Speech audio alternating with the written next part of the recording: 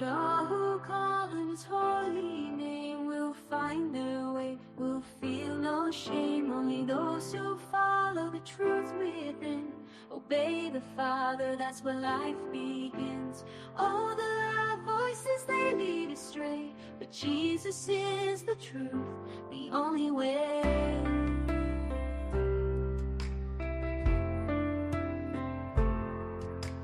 Enter through the narrow gate, for the gate is wide and the way is broad that leads to destruction in the false facade.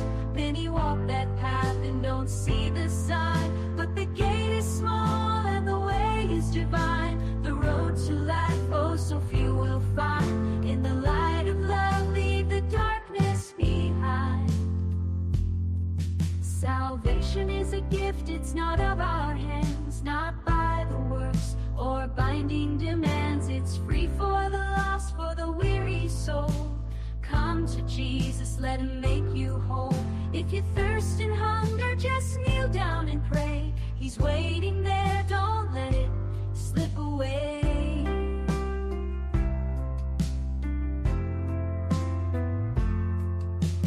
Enter through the narrow gate, for the gate is wide and the way is broad that leads to destruction in the false facade.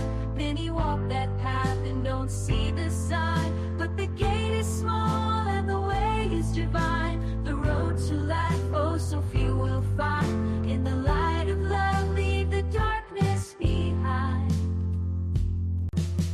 Enter through the narrow gate, for the gate is wide and the way is broad that leads to destruction in the false facade. Many walk that path and don't see the sign, but the gate is small and the way is divine. The road to life, oh, so few will find. In the light of love, leave the darkness behind. In the light of love, leave the darkness behind.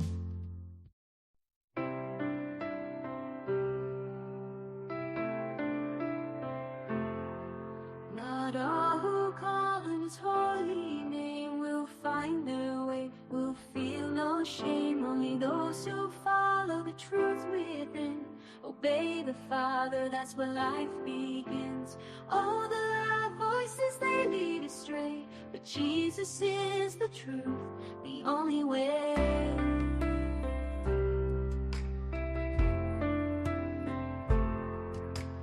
Enter through the narrow gate, for the gate is wide and the way is broad that leads to destruction in the false facade.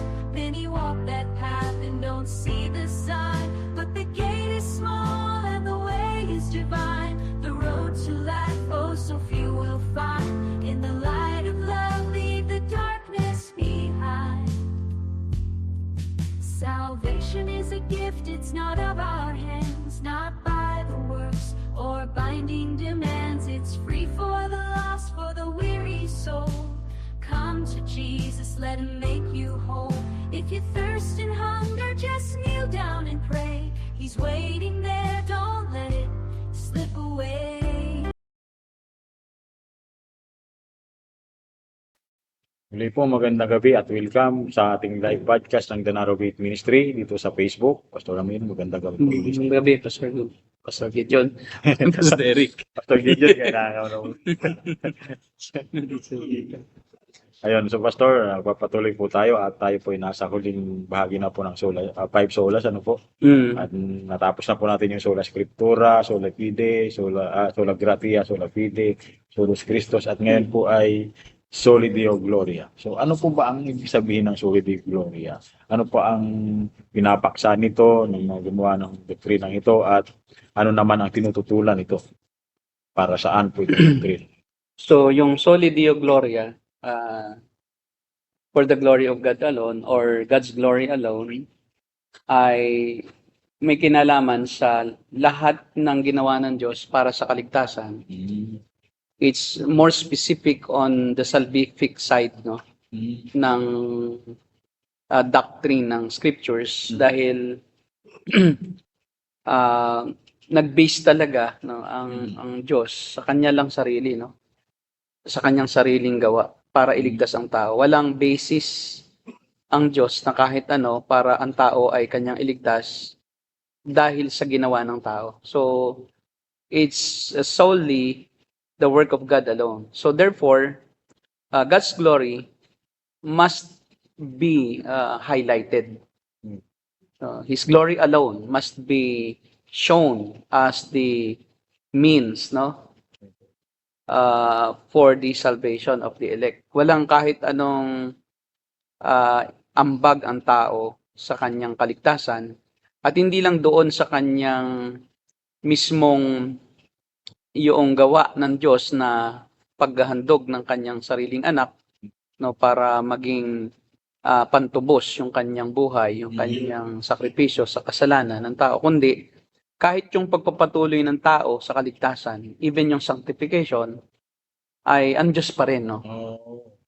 Ang siyang dapat luwalhatiin, dahil siya rin ang dahilan kung bakit ang kanyang iniligtas ay mananatiling ligtas at ganap na maliligtas, no? Kasi merong tatlong aspects yung no, yung salvation, no? Past, present, and future. Yung past ay yun yung justification, no? Yung past ay yung election, rather. Yun. In the past, you have been elected unto salvation. Tapos yung present, ito yung calling. Ito yung regeneration, election, adoption, justification. Sa present, lahat naranasan natin. Pero hindi pa ganap na ang ating katawan ay ligtas. Mamamatay pa siya, no? Hindi pa ganap na yung ating katawang lupa ay mag-glorify agad-agad. Kailangang mamatay muna siya. Kaya yung third aspect ay yung future, which is glorification. Yung past, election. Yung present ay yung lahat ng ginawa ng Diyos ngayon na pinarana sa atin. No, yung pagsilang na muli sa espiritu, lahat. Habang tayo ngayon nasa lupa pa, nasa atin na lahat yan, no? Tayo ay napawalang sala na, inampun na, no? Kaya nga pinapanatili ng Diyos dahil hindi pwedeng mabigo yung kanyang pag-elect. No? Kaya lahat ng ito ay sa Diyos lahat. Hindi pwedeng niligtas ka ng Diyos sa noong una inelect ka, tapos ay ikaw ngayon ang dahilan kaya ka naligtas dahil tinanggap mo kaya ka naligtas. Kung hindi ka tatanggap ay baliwala ang eleksyon. So may ambag ka kasi parang sinasabi ng Arminian system, no, na dahilan sa aking desisyon kaya ako iniligtas ng Diyos. Kaya lang yung desisyon ko na yon ay nakita lang niya sa walang hanggang nakaraan, no? In eternity past, He saw my action in the future that I would believe the gospel. Therefore, He elected me by His foreknowledge, not by predestination, no, not by His grace, but by His foreknowledge of our future actions. So, hindi pwede kasing yung soli Deo Gloria ay mai-ascribe sa Arminian doctrine. Hindi pwede. Talagang tama, no? Hindi pwede kasi nga paano maliligtas ang tao ay siya nga ay wala pa rin ngayong kakayahan at karapatang maligtas kahit ligtas na siya. Wala talaga siyang kakayahan po. Then yung future aspect, yun yung glorification. And yun. We are saved from the penalty of sin. We are being saved from the power of sin, and we will be saved from the presence of sin. So, may tatlo ding aspect in reference to sin, yung salvation. Saved from the penalty of sin when we were justified, saved na tayo sa penalty ng sin. And we are now being saved from the power, yung kapangyarihan ng kasalanan sa ating katawan. Kaya nga tayo ay nasa sanctification process. And God is still the one who does the work of sanctification by disciplining us, by giving us a heart that is asking for forgiveness, a humble heart. Siya pa rin ang humuhubog sa atin para tayong pakumbaba.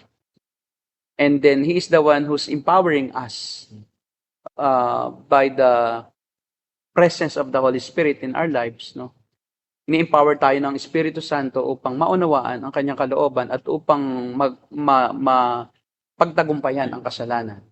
It's not by our own power that we can triumph against sin.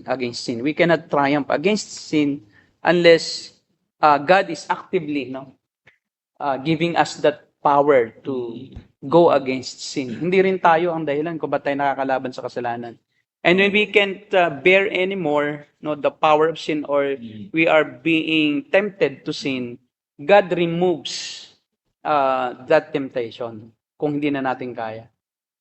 Or He will give us the ability to run away from temptation. Dalawa yun eh. Pwedeng tayo kanyang bigyan ng desire na tumakbo, or aalisin niya sa ating daraanan yung temptation. So, ang Diyos pa rin ang nagpapatuloy ng ating kaligtasan. At hanggang sa huli, yung pagluwalhati, pag tayo namatay na, ganap na maliligtas, yung ating kaluluwa, pero yung katawan natin, sa huli ay glorify pa rin. Kasi ang pagliligtas ng Diyos ay complete eh. Opo. Kompleto siya. Yung ating kaluluwa, espiritu, katawan. Hindi ang iniligtas lang ng Diyos ay yung espiritu at kaluluwa. Pati katawan natin, ililigtas din ito finally, in the end. Ito yung final aspect or phase of salvation, yung glorification. Na pagka tayo ay nasa langit ng kaluluwa at espiritu sa pagdating ng Panginoon, yung ating katawan muling bubuhayin. At muling sasanib yung ating kaluluwa, espiritu sa ating namatay na katawan na muling binuhay. Kaya mahalaga na yung ating labi ay talagang ma-preserve din.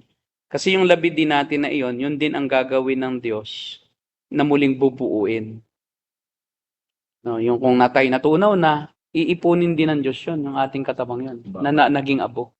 At yun ang gagawing luluwalhatiin, gagawing katawang makalangit. Kakita mo sa Revelation, iniluwan ng dagat ang mga patay na nalagak sa kanila, inilabas ng Hades ang mga patay na nalagak sa kanila, maging ang impyerno, inilabas ang mga patay na nalagak sa kanila. Yun na may sa Great White Throne Judgment. Pero doon sa judgment seat of Christ, aharap na tayo doon na buo na. Mayroon na ring glorified body. Glorified body na. Kaya nga yung judgment seat ay inilalagay ng mga scholars na premillennial, doon sa bago ang millennial kingdom, mayroong judgment seat. Although sila ay walang mga rapture, yung historic premill, wala silang rapture.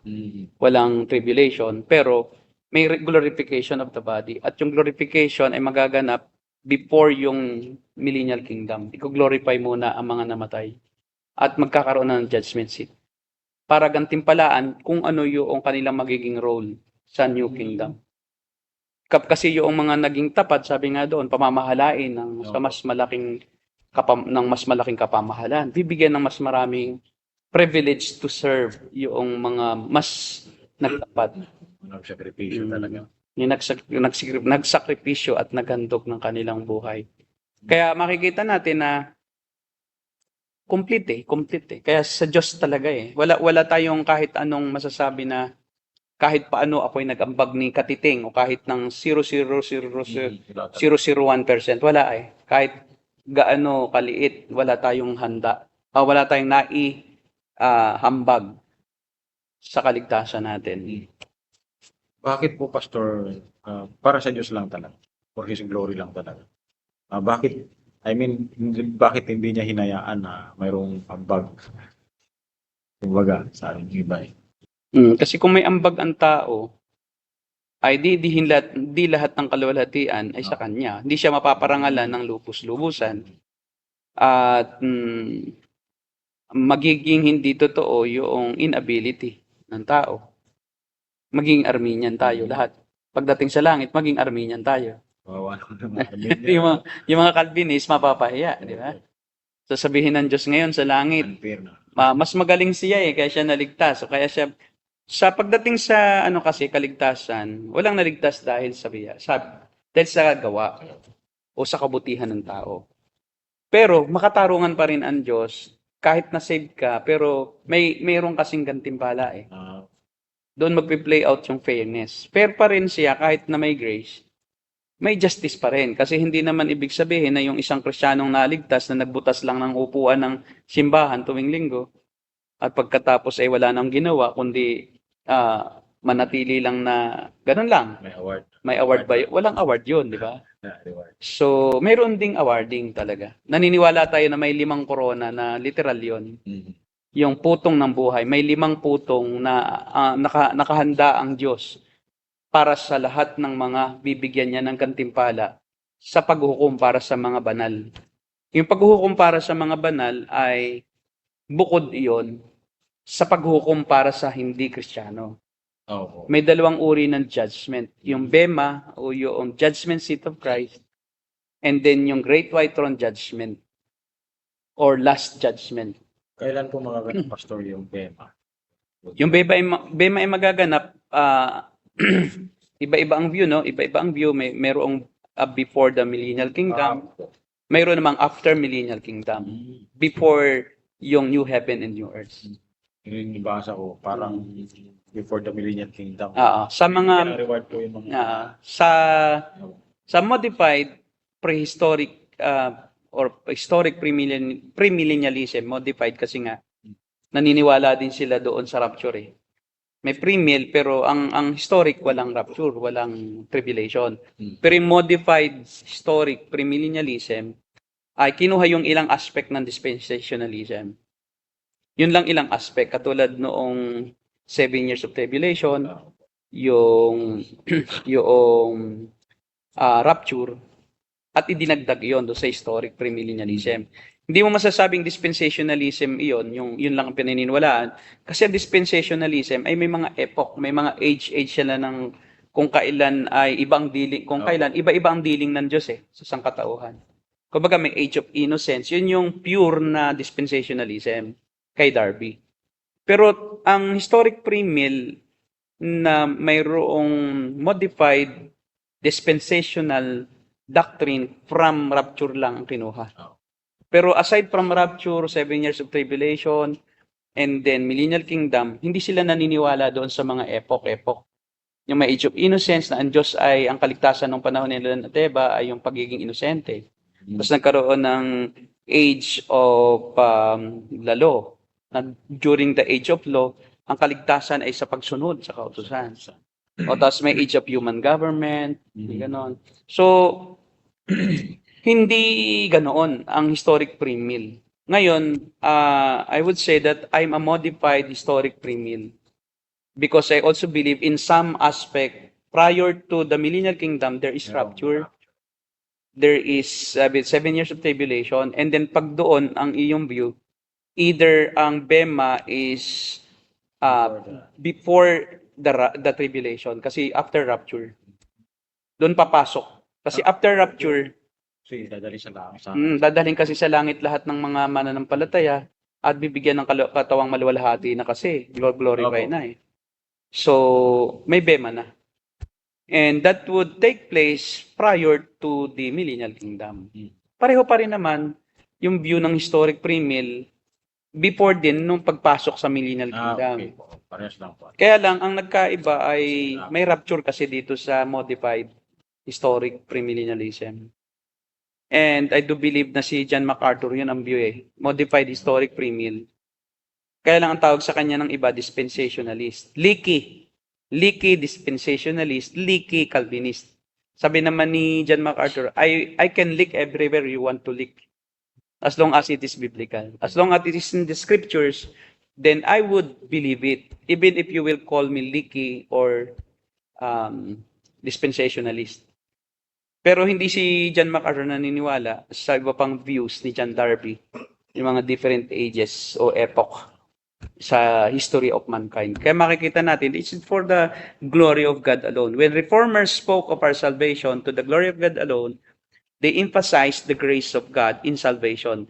That salvation is all of grace, not of our works. Ephesians 2:8-9. Makikita natin sa key phrase, yung key phrase sa Ephesians 2:9 is that no one can boast. Doon nanggaling yung soli Deo Gloria. No one can boast. Sa Diyos lang talaga.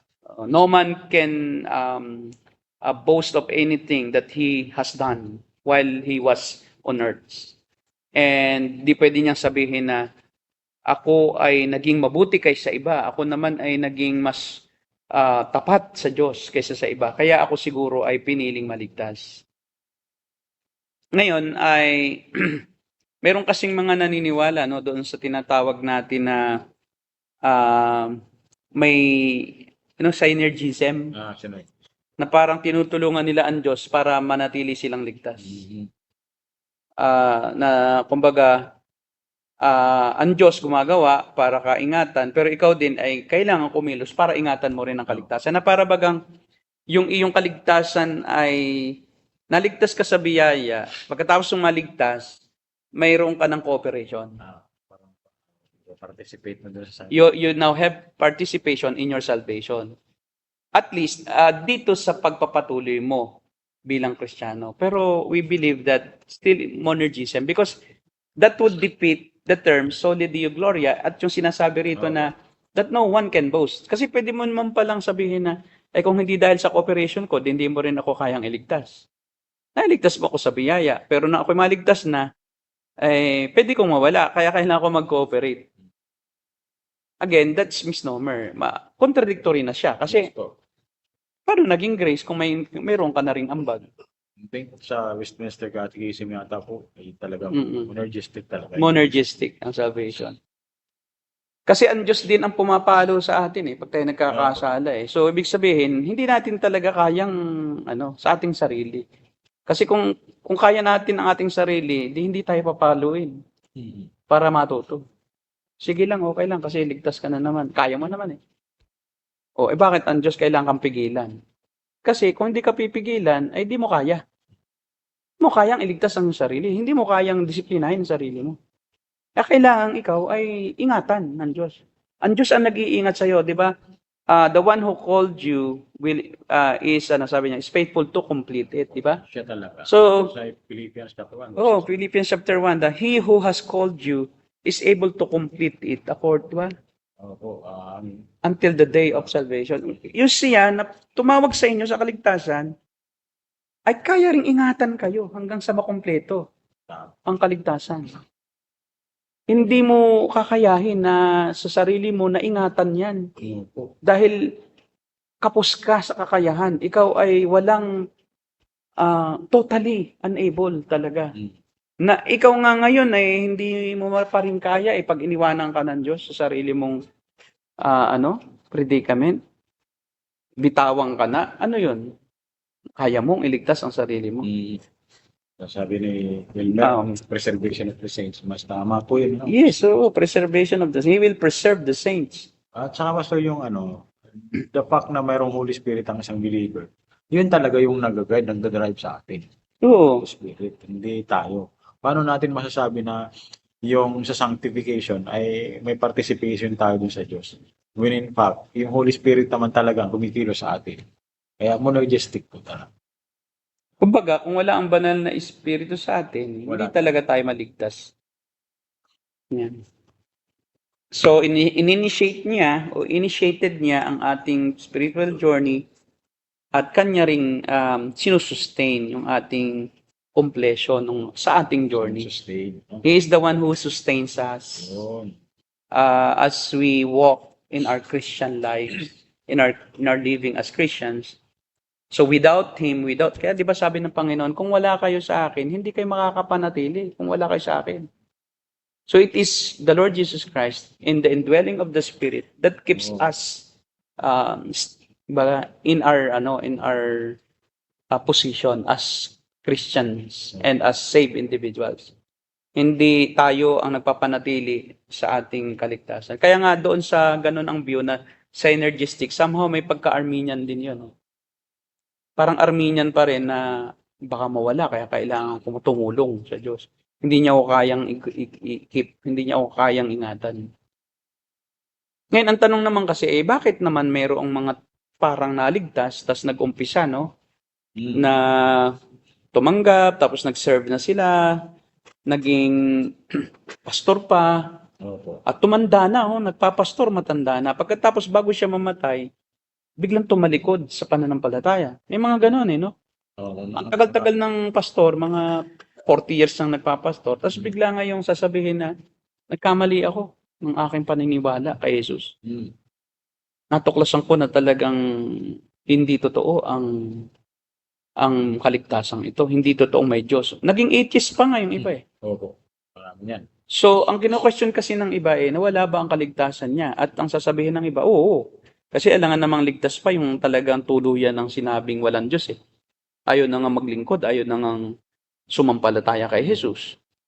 At sinasabi nga niya na parang naloko siya ng Kristyanismo. Well, ang question doon ay yung ganito yon. Hindi nabibigo ang Diyos no? Hindi po siya nabibigo. Kundi, sa umpisa, hindi talaga siya totoo. Pero, napagtakpan niya yung kanyang panlilinlang. Nalinlang niya ang kanyang sariling siya ligtas. Pero sa totoo, yung umpisa pa lang, hindi na siya ligtas. Kasi kita mo, si Judas, isang halimbawa.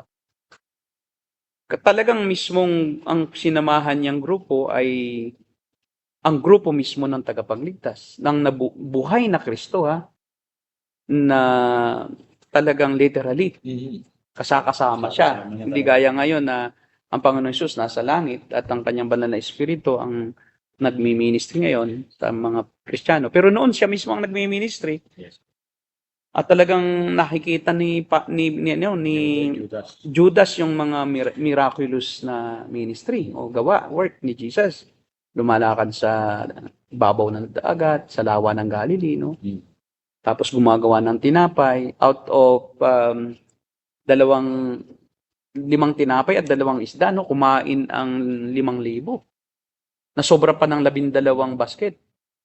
Tapos di na uubos, nanalangin siya. Tapos yung 2 tinapay, pinuno muna yung mga basket, Hindi na uubos sa kamay niya, So, kitang-kita ni Hoots, paano to nangyari, Parang may balon ng isda. Saan kumukuha? Tapos yung tinapay, piniraso niya. 5 tinapay.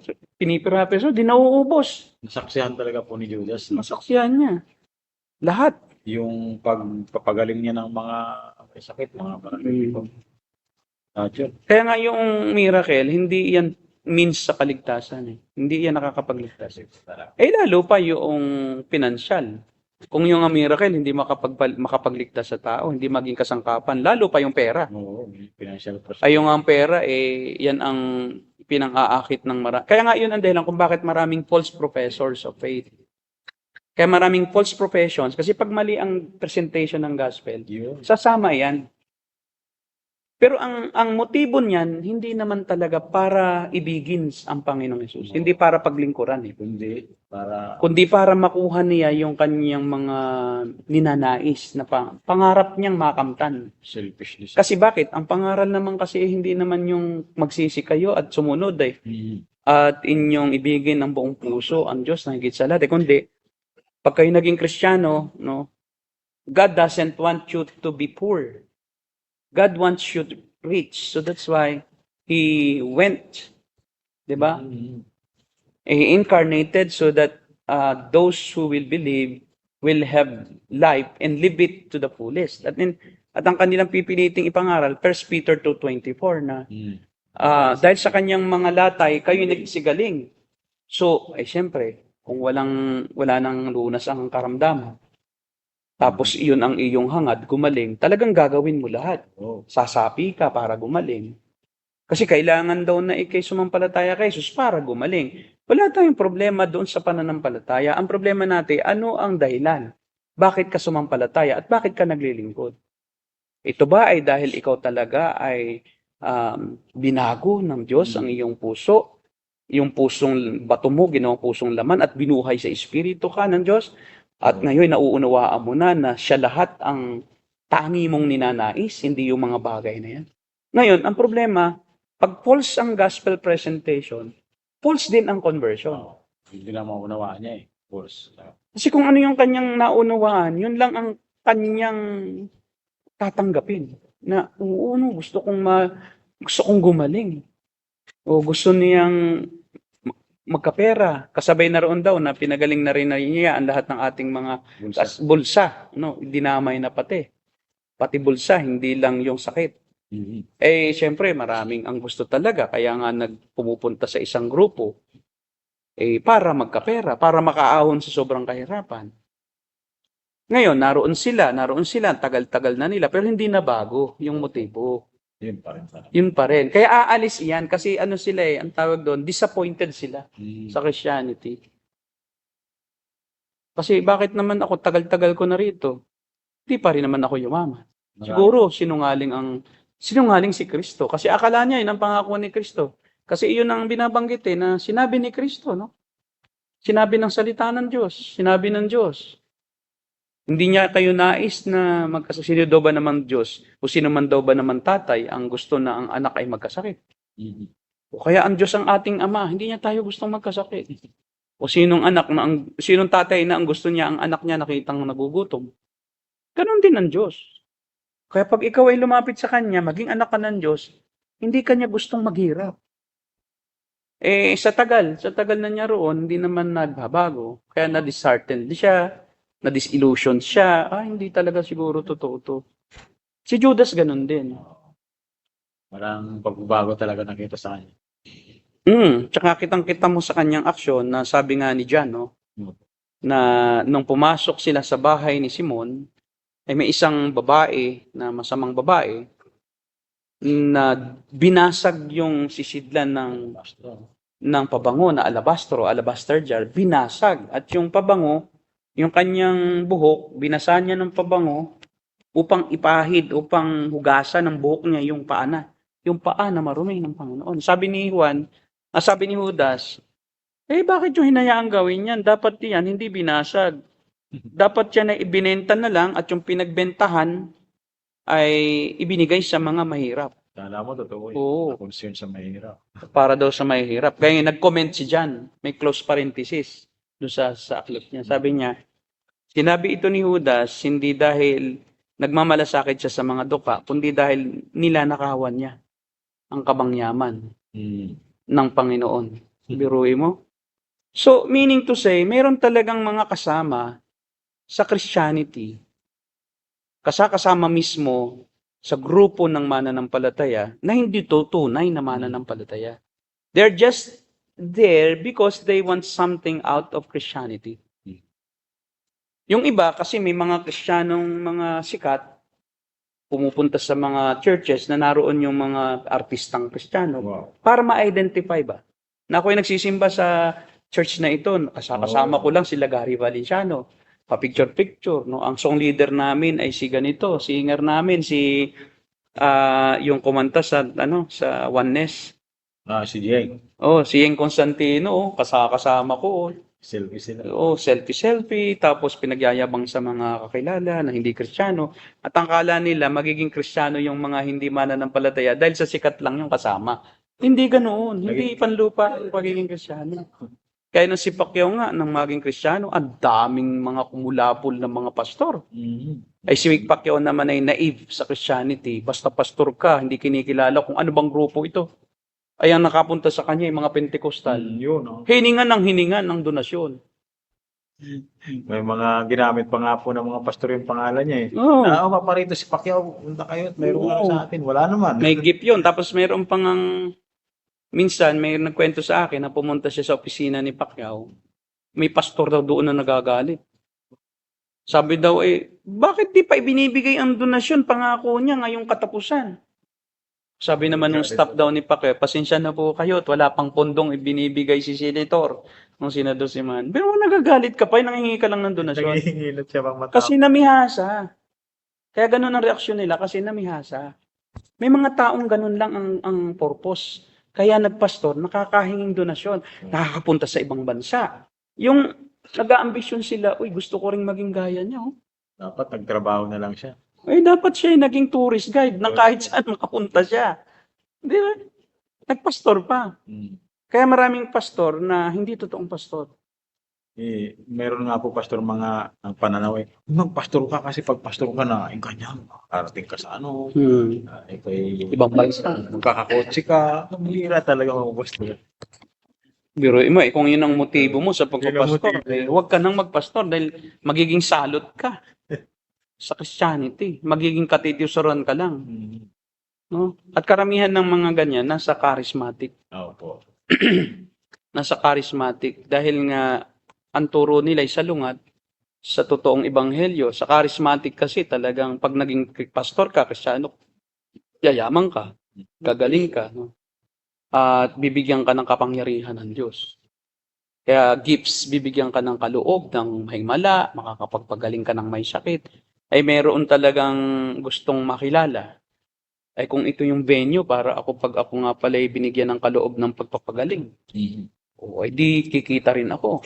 Sasabihin ko lang naman konting donasyon. O di ba? Yung donasyon ba naman meron diyan na kunyari gumaling kuno no kasi false healing yan symptomatic o yun nga, symptomatic lang no na ano nga tama Psychosomatic. symptomatic psychosomatic so kay psychosomatic lang pala ang sakit niya galing lang sa pag-iisip na may sakit siya gumaling bilyonaryo nag-donate ng 1 milyon talagang yayaman ka rin di ba kaya kahit donasyon lang yan ito si si Paula White na ano mo na Opo. nag-preach siya. Types. Tapos ayaw na niyang mag-preach pag di kayo ngayon nagbigay, hindi na ako tutuloy. Tapos kunti hindi umabot kasi nanging donasyon siya sa isang foundation na ng kaibigan niya. Ngayon walang donation. Tigil muna ako, ayaw ko nang mag-seminar kasi wala namang nagbibigay. Kasi 50-50 siya nung kaibigan nila. Yung mga donasyon. Meron nga pastor noon na nagsabi sa akin, Pastor, invite mo naman ako. Para naman meron akong love gift. Sabi ko, magkano ba ang love gift mo, Pas? Kahit 5,000 lang. Sabi ko, Pas, wala kaming 5,000 para pang love gift lang sa speaker. Ganito na lang, Pas. Porsyentuhan na lang. Kaya mo akong mag-preach, tapos palalabasin ko ang pera. Kaya ko. Sacrificial giving ako. Ngayon, kung magkano yung nalikom mo, kahit 30%. Sa kanya. Sa kanya. Grabe. Grabe talaga. Oo. Sabi ko, Pas, wag na lang. Tapos binibintahan niya ako ng mga CD noon na uso pang CD. Okay. Ng mga music, ng mga Christian songs yung malumanay na kanta. Pastor, para saan to? Ano lang, 50 pesos lang. Patugtugin mo during prayer meeting. Para habang nagpe-pray, maiyak-iyak yung mga yan. So, di ba, pwede ka na rin manghingi ngayon. Love gift. Pag naiiyak na kasi, madali nang manghingi. Okay. So, may mga pastor talaga, ang purpose lang nila, magpayaman. Mamera. Akalain mo yun, magpipreach siya, porsyentuhan, para pagka, parang negosyo, negosyo At yun ay Pentecostal yung taong yun, charismatic din. Kilala mo rin yun. Baka po, kilala ko. Ayun, so God's grace in providing salvation excludes all human pride and boasting. Walang ipagmamalaki lahat. Ang pride, yung pagyayabang, walang puwang sa tunay na Kristyanismo. Pastor, paano po ito? Ito namang isang side, no? Dahil yun, hindi na natin kailangan gumawa. I mean, ang Diyos ang gumagawa talaga po sa atin. Kasi from the very start. Kaya for His glory talaga, soli Deo Gloria talaga. Yung isang side naman po ng hyper grace, yung mag-repent ka, one time lang yung repentance nila So, sino na ang gumagawa doon? Sa sanctification nila. Kasi, kumbaga, hinahayaan na lang nila, nakagawa ka ng mali, hindi ka na kailangan magsisi. Hindi ka na magsisisi. So, iba naman po ito. Paano dito? Ang gusto naman nila ay, huwag ka na magsisi, dahil di na kailangan, dahil tayo ligtas na. Yes, parang hindi sila maliligtas. Hindi talaga sila ligtas pa rin. Hindi po ligtas. Kasi ang tunay na Kristiyano, di ba sabi ni John sa 1 John 1:9 and onwards, ang nagsasabing siya hindi nagkakasala ay sinungaling. Di habang panahon silang sinungaling. Saan pupunta ang sinungaling? Di ba sabi ng Panginoon, sa mga sinungaling, ang inyong hantungan ay dagat-dagat ang apoy. So hindi po pwede. Kasi nga ang problema sa Hyper grace. hyper grace. Yan yung pinaka extreme view from Gnosticism. Gnosticism din yan. 'Di ba sabi nga natin sa Gnosticism, ang katawan ay makasalanan, ang isip ay mabuti. Apo. Ngayon, kahit anong gawin mo na sa iyong katawan, separate naman ang isip sa katawan So isipin mo lang mabuti ka. So kahit nagpapakasama ang katawan mo, walang effect yan sa kaligtasan mo. Dahil sineparate na nila yung psyche at saka yung gawa, yung katawan, Katawan. yung soma. Grabe mo to. So yung psyche ay mas mataas kaysa soma sa katawan. Kaya kahit anong gawin mo sa katawan mo, magpakasama. Ngayon, ginawang Christianize. Na si Jesus ay namatay na para sa atin, once and for all. Kaya uso sa kanila yung once saved, always saved. Tapos yung kanilang katuruan na save past sin, future, present sin, and future sins. We have been redeemed from all aspects yun ng panahon, from all time, from the beginning to end. Hindi na natin kailang magsikap kasi pinatawad na lahat ng ating kasalanan, past, present, and future. So therefore, there's no more need to sanctify yourself because you are now sanctified. Yun po ay false teaching. At ang sabi nila, yun daw ang tawag nila ay tunay na grace. Yun ang tunay na grace. Yung atin daw katuruan ay half grace. Sila ay full grace. Kaya sa kanila, full. At ang pagsisisi ay pagbabago lang ng isip. Kaya nagsisisi rin sila, pero hindi yung pagbabago ng gawa. Pagbabago ng puso at ng pag-iwan sa mali, sa kasamaan, pagtakwil sa kasalanan. Hindi yon. Ang kanilang view ng repentance ay tama naman na ang repentance kasi is metanoia, tama naman na ibig sabihin change of mind, literally. Kaya nga, pagka nagkasala ka, i-change mo lang ang mind mo na hindi ka nagkasala. Literal na din. Na nagsisi ka na So, dinadrive ka lang daw ng iyong carnal mind na magsisi uli. Pero kung spiritual ka, dapat tanggapin mo na ikay pinatawad na kahit kailanman. Ginagawa mo pang sinungaling ang Diyos pagka ikay nagsisisi. Kasi sinabi ng Diyos, ipinatawad ka na sa lahat ng iyong kasalanan. Ngayon, ito ang isang ang isang matindi, no? Kaya nga, pag sila'y nagkakasala, ay sinasabi nilang hindi yung kasalanan. Hindi na kasalanan yun. Kaya kasi ako pinatawad na. Ang problema ay hindi nila alam yung dalawang uri ng pagpapatawad. Mayroong forgiveness unto experience of salvation. Yun yung justification. Yeah. Once na ikay humingi ng tawad, sa the moment that you have been regenerated and you have been you have known that you have nothing before God and that you are incapable of saving yourself, then that moment on, that you have asked for forgiveness, all of your sins, totoo naman, past, present, and future, have been forgiven. Sa tunay na conversion, talagang ikaw ay pinatawad na sa lahat ng iyong kasalanan, once and for all. But, anong sabi ng Panginoong Hesus kay Pedro, no? Nung sabi ni Pedro, nung sila'y hinuhugasan ng paa. Sabi ng Panginoon, hayaan mong hugasan ko ang iyong paa. Sabi ni Pedro, wag, Panginoon, di yata't ikaw, wag mong hugasan. Dapat ako maghugas sa iyo ang paa. Sabi ng Panginoon, kung hindi ko hugasan ang iyong paa, wala kang kaugnayan sa akin. Sabi naman ni Pedro ay, wag lang pong paa ko, pati ulo ko, yun ang buhusan. Paliguan muna ako, Panginoon. Sabi, hindi na kailangang maligo, ang naligo na. Pero kailangang hugasan ang kanyang paa dahil nadudumihan. Ang picture noon ay yung naligo na tayo. Pinaliguan na tayo, nabanal na tayo. Tayo ay set apart, sanctified, justified. But sa ating paglalakad sa buhay na ito, tayo ay nagkakatapak sa marumi.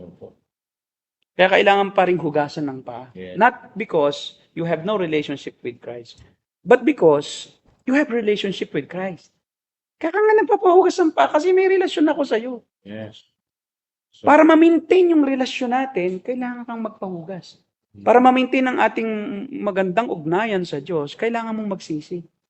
Pag nagkakasala ka, narurumihan ka, hindi nawawala ang kaligtasan mo, pero kailangang manatili ang magandang relasyon mo sa Panginoon. Yun yung picture eh. wala pong picture nun. Na once na ikaw ay pinaliguan na, ikaw ay tinanggap na ng Diyos, ikaw ay binanal na, hindi mo na kailangang maligo uli. Yun yung forgiveness unto salvation. Pero yung pamumuhay sa araw-araw, hindi mo pwedeng sabihin hindi ka nagkakasala dahil sinungaling ka. Kasi sinasabi nilang Ephesians chapter 1 verse 9 daw, ang sinulatan daw ay mga non-Christian. Ephesians chapter... Hindi. 1 John, chapter 1 verse 9. Ang kanila daw sinulatan daw ni John Mhm. ay mga non-believer. Non-believers. Kaya daw ang pinapapagsisi daw doon non-believer. Pag pinilagin mo yung chapter 1 verse 1, ano yung sinulatan nila? Oh. Sa mga- Chapter 1 verse 1 ng 1 John. Kasi yan ang ano nila eh, yun yung napakatibay nilang argument, yung mga hyper grace yung mga charito sulit na sulit. Mhm. No, kahit na magkasala ka pa, ligtas ka pa Charito. rin. No? Mga charito. At tiyak na hindi mo na kailangan magsisi. Verse 1. Kanino ba isinulat yan? 1 John, chapter 1, verse 1. Sumulat kami sa inyo tungkol sa kanya na simulat. Pay siya na, ang salitang nagbibigay sa amin nagbibigay buhay. Siya ay aming narinig at nakita na pagmasdan at nahawakan. Nahayag ang buhay na ito't nakita namin siya at pinatutuhanan namin na ipinapangaral sa inyo ang buhay na walang hanggan na nasa at nahayag sa amin. Pinapahayag na namin sa inyo ang aming nakita at narinig upang makasama kayo sa aming pakikisa sa Ama at sa kanyang anak na si Okay, tamo. Hindi pa niya kasama eh. Hindi pa niya kasama yung iba eh. May kahalong non-believer. Kasi sabi din, pinapahayag namin sa inyo doon sa verse 3. Ang aming nakita narinig upang makasama kayo. Sa aming pakikiisa. Sa verse 5. Ito ang aming narinig sa kanyang anak at ipinapahayag namin sa inyo. Ang Diyos ay ilaw at walang anumang kadiliman sa kanya. Sinasabi natin tayo may pakikiisa sa kanya, ngunit namumuhay naman tayo sa kadiliman, nagsisinungaling tayo at hindi namumuhay. Biruin mo, pinatawag ka sa iyo na humingi ng tawad, namuhay ka na sa kadiliman. Sasabihin mo, nasa liwanag ka pa rin. Sinungaling ka. Kaya kailangan talaga may repentance. Kailangan may repentance. Sa 1 John 1:9 hanggang 9. Kung sinasabi natin, tingnan mo na. Subalit kung pinapayag natin ng Diyos sa Diyos ang ating mga kasalanan, maasahan nating patatawarin tayo ng Diyos sa mga ito at lilinisin tayo sa lahat ng ating kasalanan sapagkat siya ay tapat at matuwid. Kung sinasabi natin hindi tayo nagkakasala, mga Kristiyano na po ito, ginagawa natin sinungaling ang Diyos at wala sa atin ang kanyang salita. Yan, di ba? Wala talaga ang salita. So kung sinasabi natin hindi tayo nagkakasala, ginagawa nating sinungaling ang Diyos. So sinasama ni John yung kanyang sarili, no? Opo.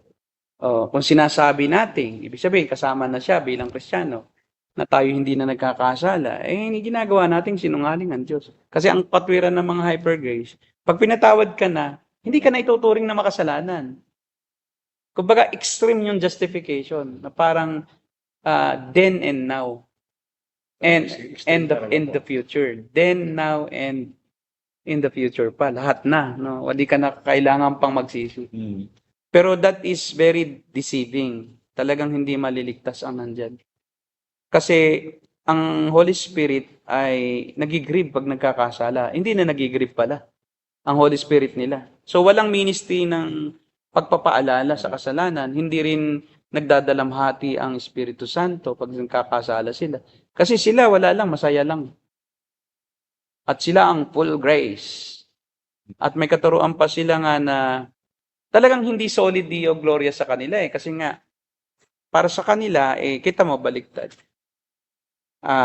Pagka kumain ka ng tinapay na binili sa kanya, yung ostya, gagaling ka sa sakit. May mystical na, no? May mystical pa, na parang yung iyon ang pakikiisa doon, gawa na ang pagpapagaling.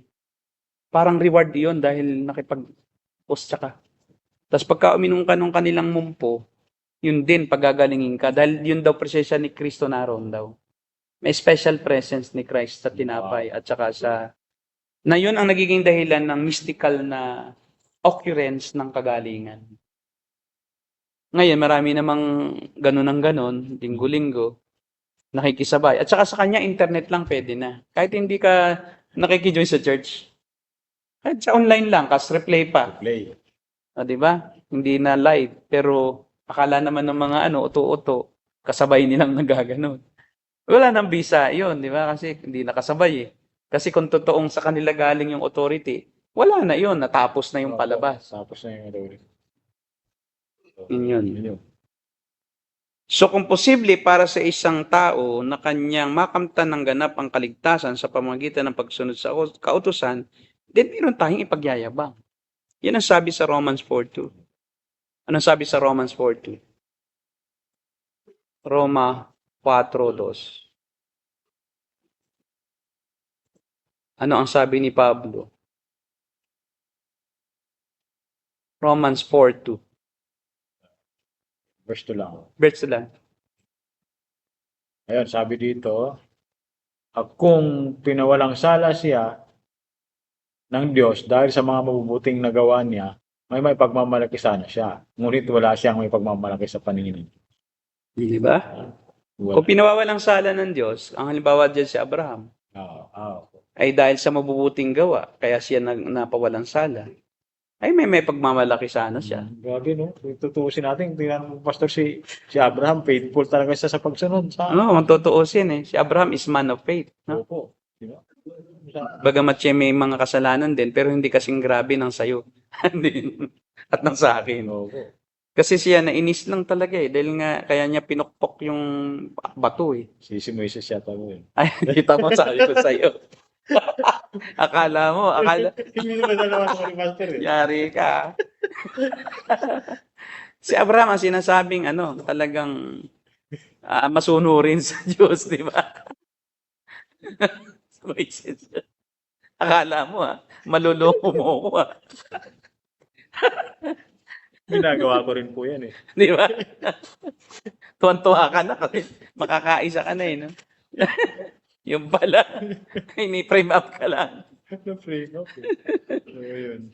Kita mo, nag-asawa din naman si Abraham. Ang katwiran naman kasi dahil sa asawa niya daw. Hindi naman, sinunod lang niya kasi ayaw naman niya. Kaya may kasalanan pa rin dahil under desire. So maraming kasalanan sa akala mo Kasi daw pinilit lang. Okay, sabihin na natin napilitan siya. Ba't naman siya sumunod? Hindi under desire. Kasalanan. At saka iniwan niya si Sarah kay Abimelech. Sabi pa nga niya, pagka nagustuhan ka, may nagkagusto sa'yo, sabihin mo, kapatid kita. Para hindi ako patayin. Pero asawa din naman niya, kaya lang, ayaw niyang mapatay. Duwag din siya. Hindi, wala siyang paninindigan din. Kaya, hindi pwedeng perfect Kaya walang may pagmalaki talaga, di ba? Matol-tuloy si Carlo dyan sa atin. Sabi niya si Moises. Pupok ng bato Ginugood time lang pa ako nag-pastor kanina. Ganda kayo. Nakahabol po ako. Salamat at tumakbo ka. Kung hindi, di ka talaga makakahabol. Grabe, solid yung gloria, no? Solid yung gloria. Talagang impossible. We cannot save ourselves. Patay tayo sa kasalanan, wala tayong nagawa upang buhayin ang ating sarili. Yung ang bata, hindi niya nagawang na siya tulungan ang nanay niya na siya iluwal. Wala siyang ambag di lalo sa pagluwal sa kaharian ng Diyos, sa pagsilang sa kaharian ng Diyos. Paano ka makakapag-ambag? Spiritual pa yon. Sa physical nga, wala tayong naiambag na nang tayo isilang hindi natin ginusto na isilang tayo. Hindi natin ginusto kung sino ang nanay natin, tatay natin. Wala tayong ambag sa ating kapanganakang pisikal. How much more sa kapanganakang spiritual? You cannot grasp spiritual things because you are dead in sins and trespasses. Sa pisikal, wala din tayong nagawa. Lalo na sa spiritual. Kaya nga, wala. We can do nothing. We cannot do anything to help ourselves toward life. Kaya nga, The gift of God is eternal life in Christ Jesus our Lord. Romans 6:23. Maganda dun sa salin na luma, no? Tatapat ang kaloob na walang bayad. Diba? Gift na, binigyan din pa, walang bayad. Kasi pwedeng pag binigyan kita ng gift, pwede mong sabihin pwede bang ambagan kita kasi nagkagastos ka, pwedeng bayaran mo no? Bayaran. Pero hindi pwede. Hindi pwedeng bayaran. Kasi walang sapat na pambayad ang tao sa kanyang kaligtasan. Kundi ang nagbayad lang ay ang Panginoong Jesucristo. So ang kaligtasan ng tao ay ideya ng Diyos. Ito ay plano ng Diyos, hindi plano ng tao. At ang pag-accomplish niya nung ideyang yon, nung planong iyon, ay gawa din niya. Walang inambag din ng tao. Diba? Talaga wala talaga. Kahit pala po, Pastor, yung sinasabi ron sa Ephesians chapter 2 verse 10, ano? Yung mga gawa doon, yung buting gawa doon. Pakibasa mo. Isa-isahin natin yan. Efeso 2:8 and 10. Kasi ang marami sa mga Kristiyano, ang binibigyan din, yung 2:8 saka 9. Chapter 2 verse 8 and 9. Hindi nila nabibigyang pansin, yung 10. Yun po. Akala nila inaligtas sa biyaya at yung mga gawa natin ay bukod yun sa biyaya. Diba? Hindi yun biyaya. Gawa natin yun. Ang pangunawa nila. Sabi po dyan, sapagkat dahil sa kagandahang loob ng Diyos kayo ay naligtas sa pamamagitan ng pananampalataya at ang kaligtasan ito ay kaloob ng Diyos at hindi sa pamamagitan ng inyong sarili. Dito bunga ng inyong mga gawa kaya't walang dapat ipagmalaki ang sino man. Sapagkat tayo'y nilalang ng Diyos, nilikha sa pamamagitan ni Kristo Jesus upang iukol natin ang ating mga buhay sa paggawa ng mabuti. Yan ang layunin pinili ng Diyos para sa atin noong una pa man. Imbibi na kasi, no? Oo. Pero mas maganda po doon sa King James Version. tingnan natin po dito sa ESV siguro, maganda yan. No? Literal word for word.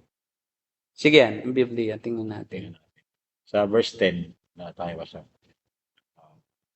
Sapagkat tayo kanyang pinakamahusay na gawa na nilalang kay Kristo Jesus para sa mabubuting gawa na inihanda ng Diyos noong una pa upang siya nating lahanan. Pati yung mabubuting gawa, inihanda na rin ng Diyos. Talaga ng Diyos.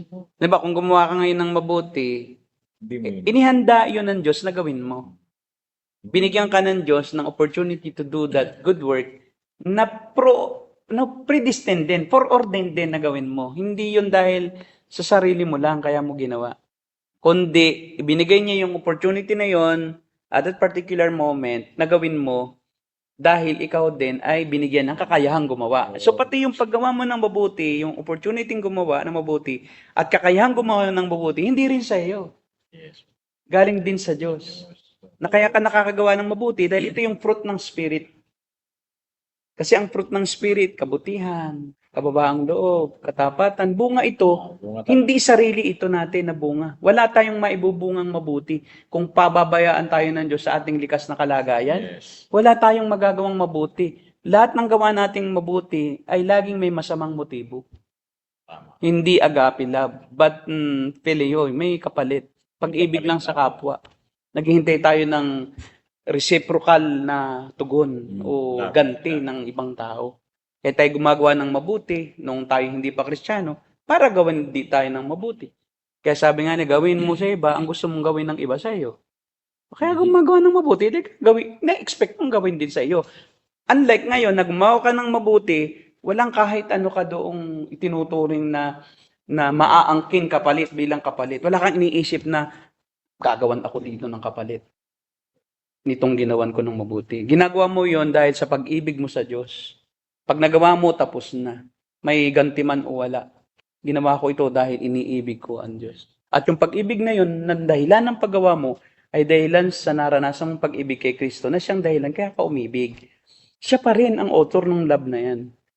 At ang love na yan ay kinikindle yan ng banal na Espiritu. Pinagniningas. Ito po, Pastor, may tanong lang po. Maring tinatanong din ng mga ilang kapatiran natin. Halimbawa, dahil tayo po ay yung gawa na yun, lahat ay gawa ng Diyos sa atin. Wala na ba tayong free will? Parang ganun. Kasi yun gawa ng Diyos lahat eh. Parang ang Diyos ang kumilos lahat. Wala na. Ano ba talaga po ang... We do it gladly, we do it heartily and with enjoyment because Our spirit is already alive. So, may freedom tayong gawin yun dahil ini-enjoy natin eh. Yes. Opo. Kung hindi natin ini-enjoy ang paggawa ng mabuti, ay hindi yun according sa free will. Kaso, ang isang tunay na Kristiyano na, yung paggawa niya ng mabuti ay talagang masarap sa kanya. Kasi iniibig niya ang ginagawa niya. Mahal niya talaga. Mahal niya talaga eh. Kita mo yung mga nagmamahal, talagang gumagawa. Yes. Hindi naman pinipilit yun eh. Pinipilit. Hindi na Diba, pipilit. ikaw nga naglalaba ka eh, kahit ayaw mo eh. Dahil kailangan. Hindi, masaya, Pastor. Masaya ka, di ba? Masaya kang ginagawa mo yun dahil mahal mo yung Asawa. asawa mo. Di ba? At wala ka naman talagang ibang gawa. Mamaya, bibigyan ako ng Di ba? pera. Ito, Di ba? Oo. So, may freedom lahat ang mga Kristiyanong gumawa ng mabuti. Hindi ibig sabihin, pinipili ka ng Diyos pagawin. Gusto mo rin. Mahal mo siya, hindi naman po pwedeng, Yes. gumagawa ka ng sapilitan. Wala sa, yun. Wala kang freedom noon. Opo. Pag ganun po, parang kinokontrol ka. No? Hindi ka naman kinokontrol ng Diyos eh, para gawin mo yung, maglingkod ka sa akin. Kailangan, no? May tali. Di ba? Ay, yung aso eh, pag binitiwan yung tali, galit pa eh. Binabalik sa amo yun. Kinuha Di ba? Yun ang tunay na pagsunod. Masaya talaga. Masaya siya na siya'y paalipin sa... Di ba? Galit pa nga siya eh. Ba't mo ko binibitawan? Yun ang maganda. Di ba? May freedom siya. Inaasar pa nga nung ako. Kasi mag-isa ka. Sabi nung, kinipilit kunin nung aso, ibalik sa kanya eh. Tapos binabantayan pa siya, huwag mo akong bibitawan. Dapat ganun eh. Di ba? Ang tunay na Kristiyano, ganun. Ayaw niya talagang umalis sa piling ng Panginoon. Yun ang freedom niya. Yes. Pero siya ay aso. Aso lang siya, pero may freedom siya. Tayo pa kayong taong walang freedom. Tayo may emosyon, mayroon tayong reasoning. Yung aso nga, walang reasoning eh. Instinct lang, pero may freedom. Tayo pa ang walang freedom, may nag-iisip tayo na gusto ko rito dahil masaya ako. Para pong pag ganun, Pastor, pagka nawala ka doon sa will ng Diyos, parang alipin ka na. Parang hindi ka makakakilos. Yung ganun pakiramdam ng mga tao. Yun nga yung tunay na Kristiyano, pag wala siya sa sentro ng kalooban ng Diyos, doon nga tayo parang bilanggo eh. Parang takot tayo doon eh. Kasi ayaw kong malayo sa Panginoon. Ito po yun. Parang napipilitan ka na lang gumawa ng kasamaan. Di ba? Kasi parang, ba't ko gagawin ito? Hindi dapat. Di ba? Yun na yung robot ka na. Pagka yung na pinapagawa ka ng hindi mo gusto, yun ang robot. Pero yung gumagawa ka ng gusto mo, masaya ka, talagang nai-enjoy mo yung fellowship sa Panginoon at fellowship mo sa kapwa Kristiyano. Pag nakagawa ka ng mabuti, alam mo na ito'y produkto ng banal na Espiritu. Yun ang kalayaan. Masarap ang pakiramdam. Akala kasi nila, ang kalayaan ay parang, akala nila yung paglilingkod sa Diyos, wala kang kalayaan eh. Kasi ibang nature nyo eh. Kami ay ibang nature namin eh. Nakadepende sa kalikasan yung pakiramdam. Yes, yung nature, no? Yung iyong desire. Pag ang kalikasan mo masama ka, ang desire mo masama. At gusto mo talaga yung masama. Hindi ka robot ng kung sino. Talagang gusto mong gawin. Inclined ka to do those things, to perform those evil actions. But if your nature is you are already alive, no? God has made you alive in the spirit. Your nature is to do good will, to do good and to do the will of God. So yun talaga po. Kaya yung nature mo ang gumagawa. Kaya malaya tayo. Hindi tayo parang sapilitan na naglilingkod sa Diyos. Ang sarap nga maglingkod sa Panginoon eh. Ako nga, pag hindi ako nakapag-podcast para ako magkakasakit eh. Pag di ako nakapaglingkod nakapag-Bible study, kahit online, kulang ang buhay ko. Pag di ako nakapagturo sa Bible College, ako parang sinisilihan. Ba't ganito? Hindi pwede akong hindi maglilingkod eh. So, ay malaya talaga ako. Gustong-gusto ko eh. Wala sa akin nagpipigil eh. Masaya. Kaya even pagkakatapos ng ating paglilingkod sa Panginoon, kahit sa anong aspeto eh, ang sarap sa pakiramdam eh. Ang sarap matulog na alam mong nakapaglingkod ka sa Panginoon eh. Pero yung ikaw ay hindi nakakapaglingkod, tapos nakakagawa ka ng masama, hindi ka makakatulog. Ayoko sa ganitong buhay. Yun ang tunay na kalayaan para sa Panginoon. Gusto mo ang ginagawa mo. Hindi tayo pinipilit ng Diyos paibigin sa Kanya. Kundi likas na sa ating umibig Dahil tayo inibig niya eh. Yes. Naranasan natin. Umiibig tayo dahil kanya tayo munang inibig. Para may kulang, Pastor, no? Pagka hindi mo nagagawa. May kulang. Pag hindi ka nakapaglingkod, nakagawa ng pinagagawa sa iyo ng Diyos, ay para kang hindi kumpleto. Yes po. Ang mag-apo mo parang walang kabuluhan ang naging mag-apo mo dahil hindi ka nakapaglingkod sa kahit anong maliit na paraan.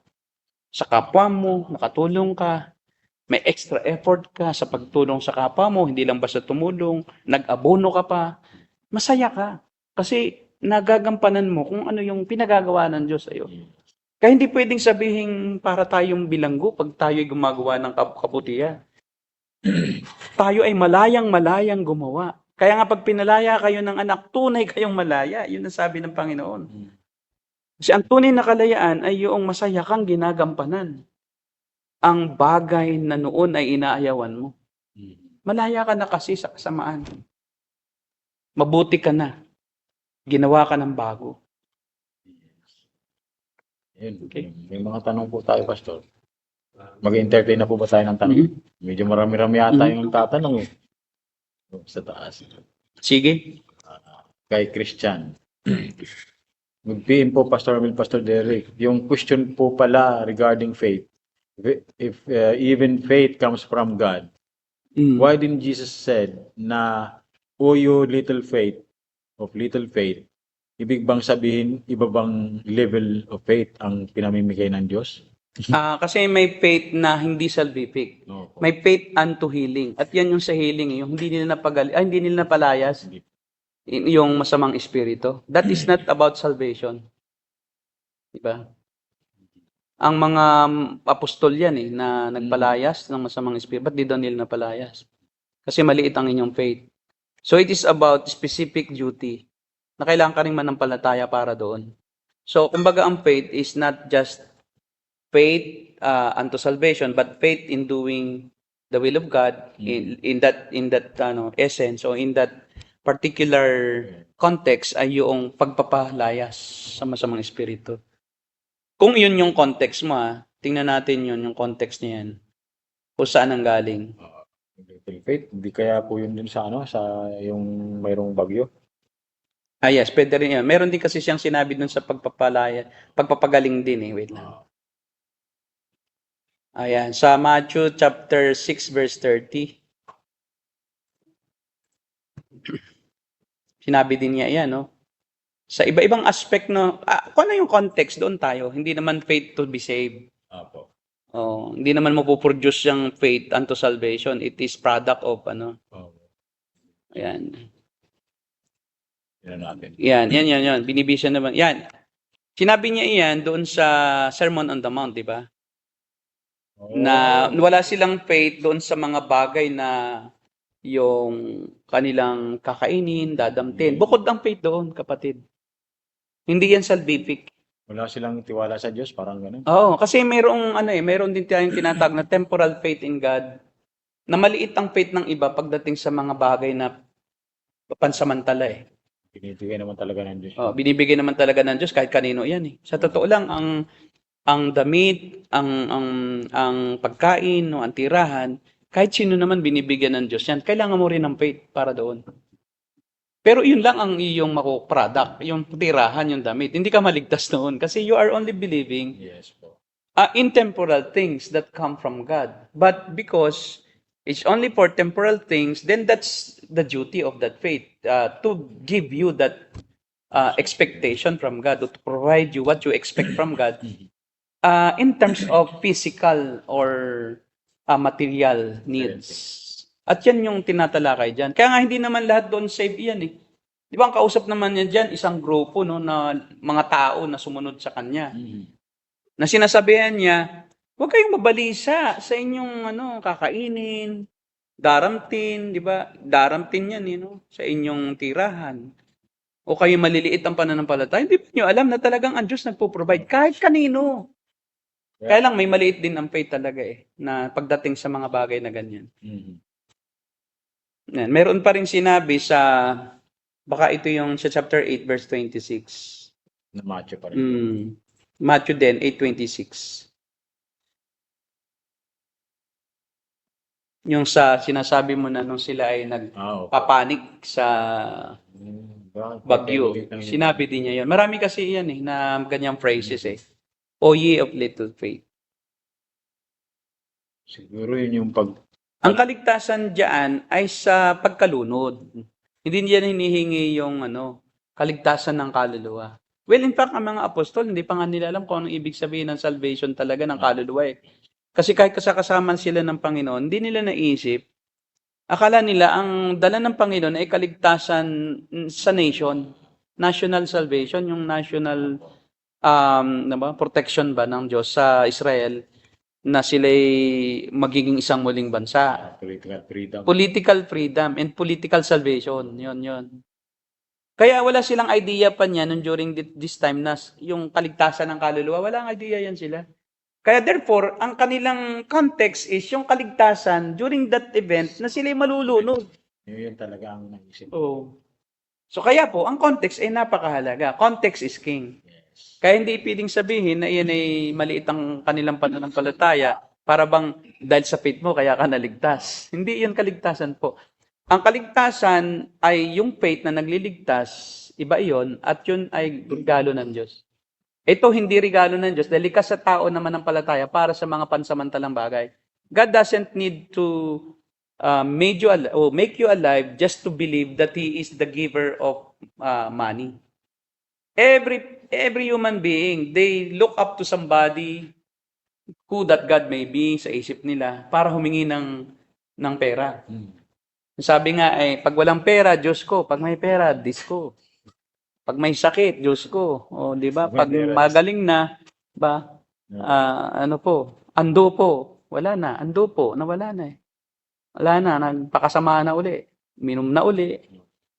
Ando po. Kaya ito ay, yung faith dito is not that saving faith that is being referred to in Ephesians chapter 2 verse 89. Po sila. They are different. So that's why we need to know the context so that we can distinguish what kind of faith that particular passage is talking about and what kind of faith this Ephesians chapter 2 verse 8 and 9 is talking about. So Ephesians chapter 2 verse 8 and 9, ito yung saving faith. Ito yung pagtitiwala kay Jesus para sa kaligtasan. Ito yung pagkawala ng tiwala sa sarili, yung pagtakwil sa sariling kakayahan at lubusang pagpapailalim sa kakayahan ni Kristong iligtas sila sa kanilang kasalanan. At ito yung saving faith. Ito yung regalo ng Diyos. Ito yung resulta ito ng regeneration. Kahit hindi regenerated, they all have faith, but not that saving faith, but only temporal faith for temporal things like money, health, protection. Pag nasa panganib, lahat mananalangin sa Diyos Diyos ko, iligtas mo kami. Lahat tinatawag na Diyos. Wala tayong problema dyan. But that cannot save. Those temporal faiths cannot save at all. Yes. Because that is not the faith that saves. And the faith that saves is the gift of God. You can only trust God entirely for your own salvation if He has regenerated you first. And then you have just been given by God the ability to believe. Because you cannot believe unless you are alive spiritually. Sana po, nawa po ay malinaw po. Naging malinaw po yan. Meron pa ba tanong, Brother Eddie? Yan.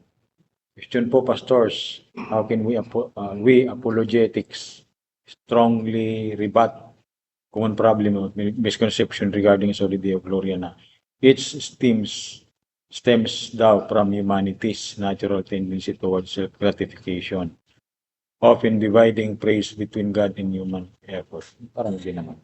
Kung ang nagsasabi naman niya sa atin ay mga Armenian, hindi totoo yun. Misconception nga lang. So ngayon, ang misconception, paano mo aalisin? Well, it's very, very, very hard to make other believe kung ayaw talaga niyang maniwala sa atin. Kasi we also believe that understanding salvation is also by election.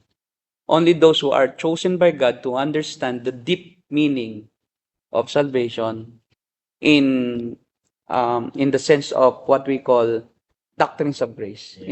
In that premise that all of human effort concerning salvation is futile unless God initiates salvation.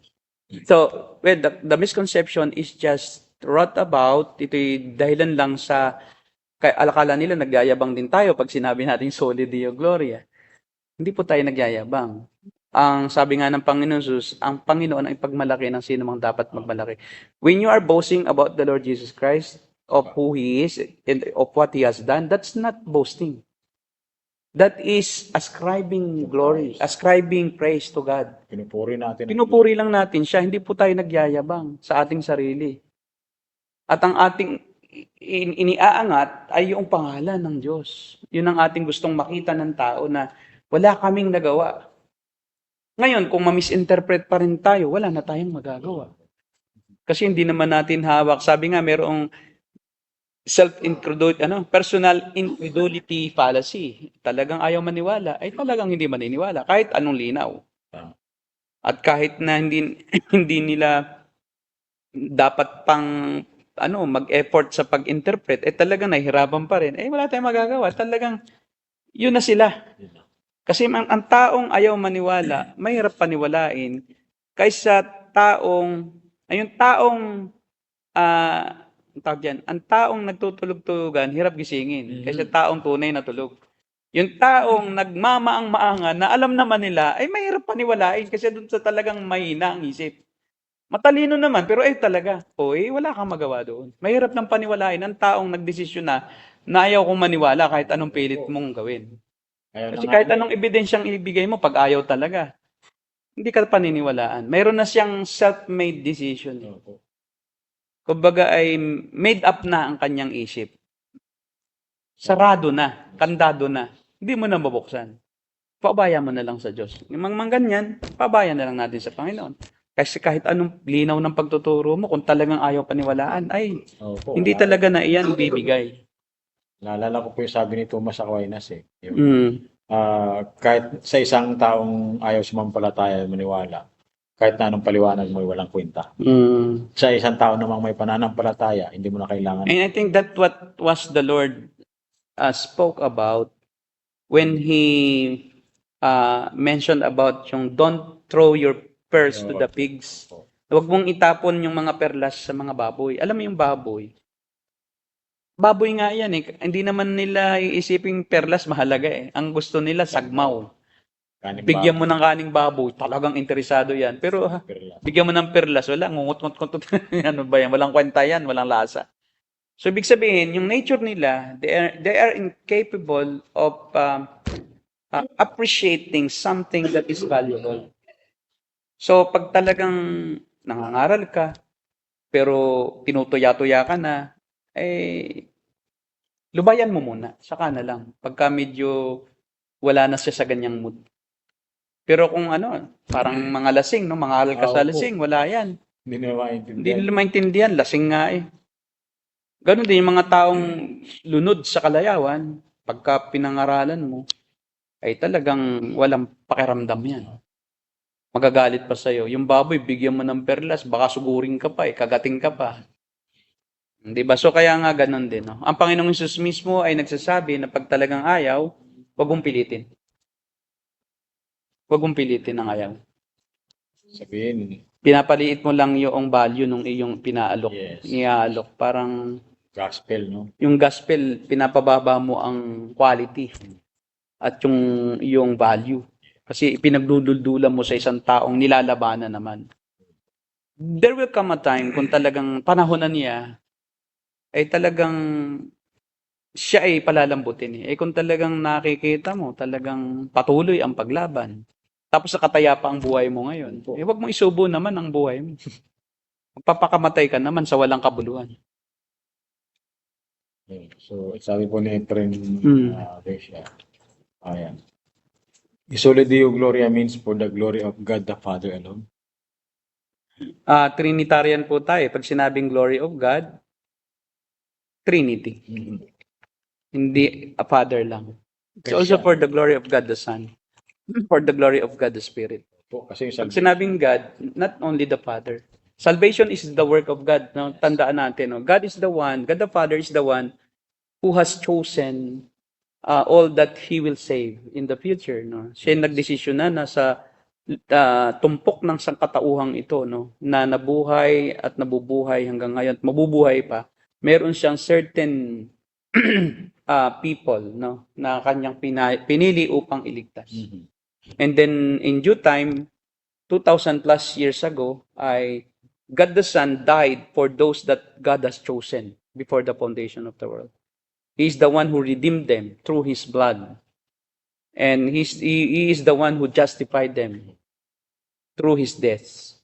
And then when Jesus Christ went up to heaven, when He ascended to heaven, He promised the disciples, the apostles, that He would come again. And another, yung Paraclete, no? Holy Spirit. The Holy Spirit, somebody of another kind. Hindi siya, but isang persona uli ang darating. At ang tawag sa kanya ay the Comforter, the Holy Spirit, that the world doesn't know about. Hindi siya kinikilala ng mundo. At siya'y sasama sa inyo. Sa inyo siya, hindi niya kayo iiwan. Pero magaganap lang yung pag-indwell ng Spirit ng tuluyan sa isang mananampalataya kung siya'y makaakyat sa langit.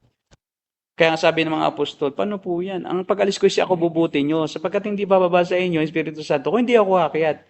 So may kahalili. Kaya nga, ang banal na Espiritu, ang siya namang kumumpleto nung plano ng kaligtasan. Siya ngayon yung nag-i-indwell o nananahan sa mananampalataya at siya yung nagbibigay sa kanya ng kapasidad upang maunawaan ang plano ng kaligtasan upang makasampalataya sa pamamagitan ng kaloob na pananampalataya na resulta ng pagbuhay na mag-uli sa spiritual ng tao upang siya'y makatugon at makaunawa at makapaglingkod sa Diyos na buhay sa pamamagitan ng banal na Espiritu na nananahan sa Kanya na hindi naaalis kailanman sa Kanya.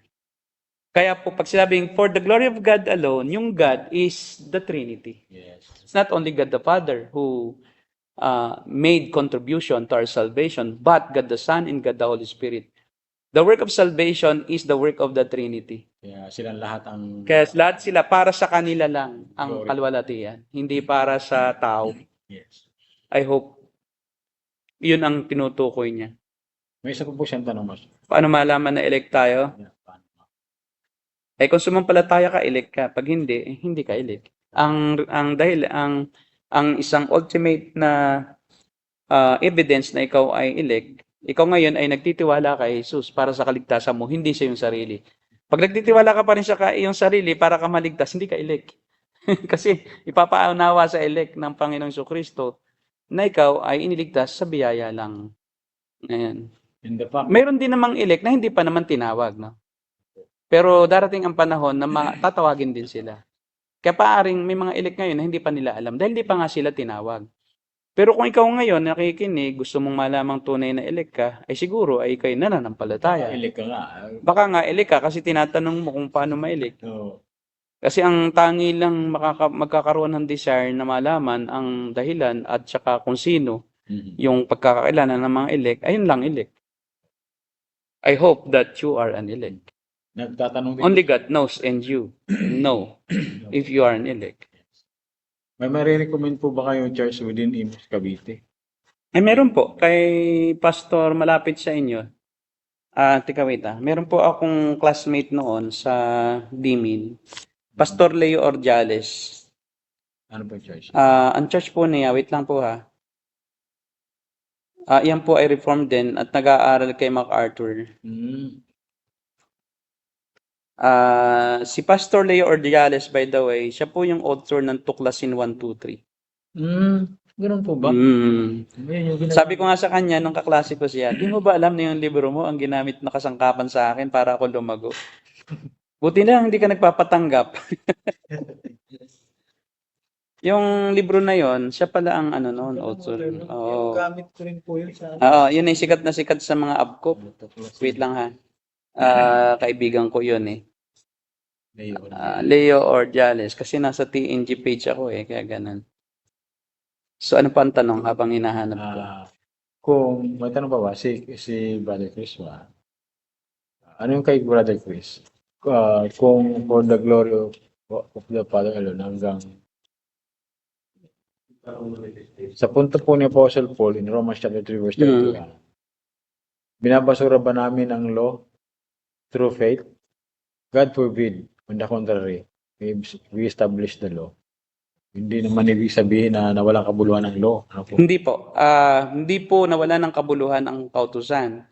Sa halip, ang sabi ng Panginoon, wag niyong isipin na naparito ako po walang bisa ang kautusan, kundi para ganapin ito. Ginanap. Ginanap po ni Jesus ang kautusan, pero hindi ibig sabihin baliwala ng kautusan. Ang kautusan pa rin ng Diyos ang nagtuturo sa atin bilang God's revealed will. Kasi revealed will yan eh. Hindi mo naman pwedeng baliwalain yung revealed will ng Diyos eh. Kasi yung will ng Diyos, hindi mo maunawaan yan unless nasa Biblia. At karamihan ng kautusan ng Diyos, of course, lahat ng kautusan nasa Biblia. So kung baliwalain mo yung kautusan, binabaliwala mo yung kalooban ng Diyos. Ngayon, hindi mo lang aasahan ng kautusan para kailigtas. Kundi ito ay standard mo lang ng pagsunod. Pero hindi siya ang dahilan para ka masave. Saved na ang sino mang nagtitiwala kay Kristo apart from the work of law, but the law itself is the kumbaga visible will of God written in the Bible. At magagawa mo ng sundin yun. Yeah, and you can obey that law because the Holy Spirit is already in you. Living word siya eh. Living word po. Living word Christian churches. Ay, hindi. Nagsalita lang pala siya ron. Wait lang. Sige po, tanongin na lang natin mamaya. No? I-chat ko lang siya. Nandyan lang siya sa Amos, ang alam ko eh. Nandyan siya. May church siya dyan. Opo. Mamaya po, i-comment ko na lang po. Pag tatanong ko sa kanya kung saan na yung church nila, I think meron na sila ngayong bagong church eh. Para makapag-church sa... Sige po. Sabihin nyo lang ay inirefer kayo ni Pastor Ramil Corpus. Yung ano po, mas gwapo lang sa kanya kamo. Hindi. Yes. Yung pong classmate mo sa doctorate, si Pastor Leo. Siya ang ng Whitfields International, Whitfield. Siya ang director ng Whitfield sa Pilipinas. Sabi dito, Pastor Ramil, member na po ako ni Pastor Leo. Ayan pala. Ay, si Homer Paharo sa Steno. Pala, oh. Diba, Pastor Ay, Leo? pasay na pala siya. Kala ko, dati kasi, wait lang. Ay, nirecommend ko nga pala si Pastor Homer, si Homer sa kanya, no? Okay, salamat po. Ayan po, magtanong po kayo kay Homer. Natin na ako sa Kasi si Homer po ay matagal ko na yan pong ka-chat. Hindi ko lang alam na naroon na pala siya ngayon. Pasay na pala siya. So, dati kasi sa ibang church siya, nagpa-recommend din siya ng church. Sabi ko si Pastor Rio Orjales. Dati siya ay nasa Cavite. Sa Pasay nga pala, hindi pala. Sorry. Pero malapit din naman po yung Pasay sa Cavite. Nga. Kaya okay din. Pasay nga pala, malapit lang pala yan. Yan po, pwede po. Meron din sa Cavite. Hindi ko lang alam kung saan. Meron din sa Cavite. Sa Imos nga meron siya. Sa siguro. Yun ang alam ko eh. Mag-chat na lang kayo bro sa kasi. Yan po, mag-chat na lang po kayo. Si Christian. Sa inyo. Wala yung God question. Hindi po sa akin po yung God questions. Ang God questions po ay Colorado Springs. Ang founder po niyan at CEO ngayon ay si Shay Houdman. Siya po ay Independent Baptist.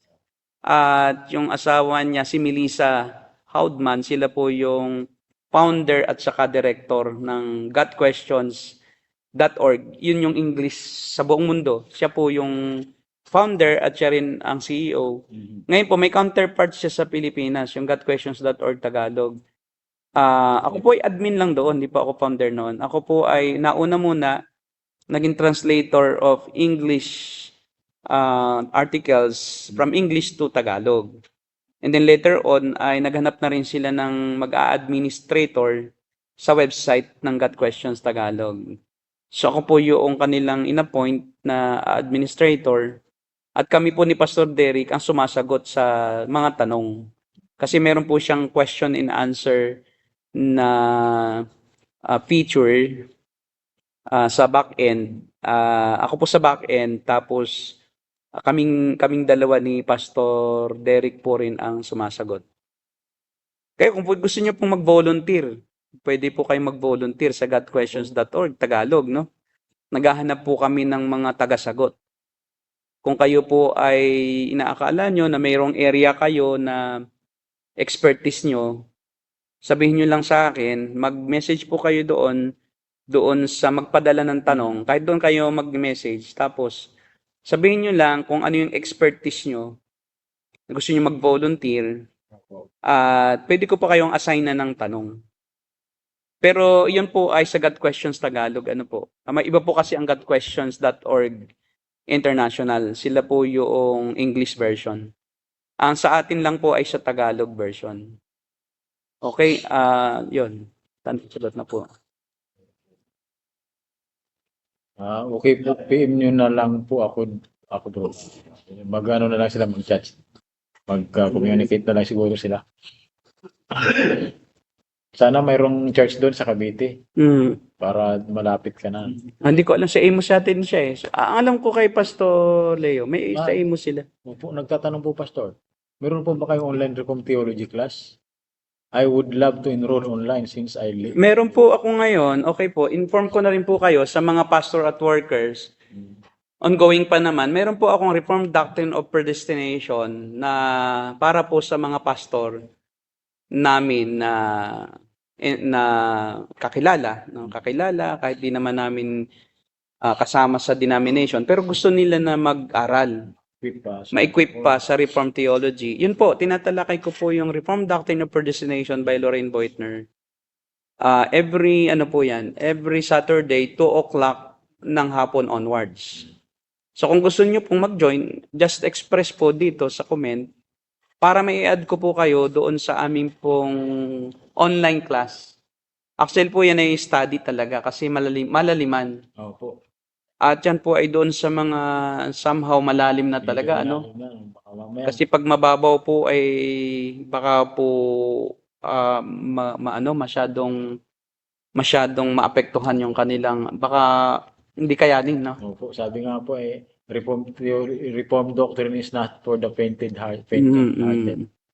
Ayun po, pwede po si Brother Justin, kung gusto mo isama kita po doon kung you want to join yung aming Reformed Doctrine of Predestination. Meron din po kaming online classes every Saturday. Pwede po kayong mag-enroll sa... Ako po yung nagtuturo din ng hermeneutics at homiletics. So kung kayo po interested na maintindihan ang hermeneutics, pwede po kayong magpa-audit.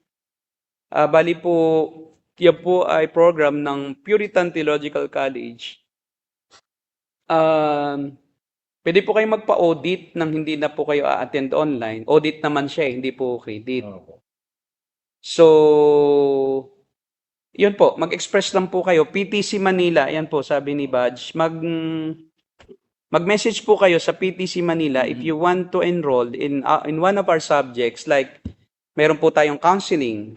Mga reform po yan. No? Ang ating pong mga professors sa ating pong counseling ay... US, sila Pastor Adam Tyson, yan po yung pastor sa Placerita Bible Church sa Los Angeles. Graduate po sila. Mga graduate po ng The Masters Seminary at yung iba po ay natuturo sa The Masters University ni John MacArthur. Puro kay John MacArthur po yan. Tayo po ay sanctioned ng TMU, The Masters University. So if you will enroll in one of our classes, even sa master's, pwede po kayo magtanong dyan kung kayo may bachelor's degree. Kahit anong bachelor's degree nyo, gusto nyo mag-master sa Divinity in Counseling, pwede po kayong mag-enroll kasi po online po lahat yan. Although mayroong pong program na mayroong pumupunta ritong sa school na from US, no, na 1 week, and then, kasi ano nila yan sa TMU, kailangan talagang may full 1 week na pupunta kayo dito tapos yung the rest is online na. Okay. Pero sa amin, no po, sa PTC, kung gusto niyo mag-enroll sa non-credit na ang tawag dito, diploma in ministry, kung gusto niyo pong Meron din. mag-ministry. Meron po kaming 2-year course na lahat ng theological subjects needed for somebody who wants to minister or teach the scriptures. Meron po kami lahat na i-offer, na online po yon. Kasi ano man po ito, audit naman yan eh. Ay, credit siya, pero hindi siya working towards bachelor's or master's degree. Sa ano lang, program lang. Diploma siya, kaya we allow na pwedeng hindi umattend. Kasi diploma siya. Kasi wala naman siyang accreditation sa government or sa ibang bansa. Dito lang ang accreditation at diploma po siya 2 years sa ministry. Ngayon, kung yan po ay magandang performance nyo, later gusto nyong mapakredit, we will evaluate naman yung inyo pong, may mga work course din po tayo, may mga, ano rin, mga work hours, yung talagang intensive na meron kayong homework, isasabit kayo na mga, yun ay dun sa talaga pong hindi makaka-attend. Pero kung kayo po naman ay makaka-attend, at least twice a month, Mas maganda po. mas maganda po. Kasi po kung malapit lang naman kayo rito sa Sampaloc, Manila, if you are within Manila, Metro Manila, Pasay lang kayo. Pasay, well, malapit pa nga ang Quezon City, no? Caloocan, Makati,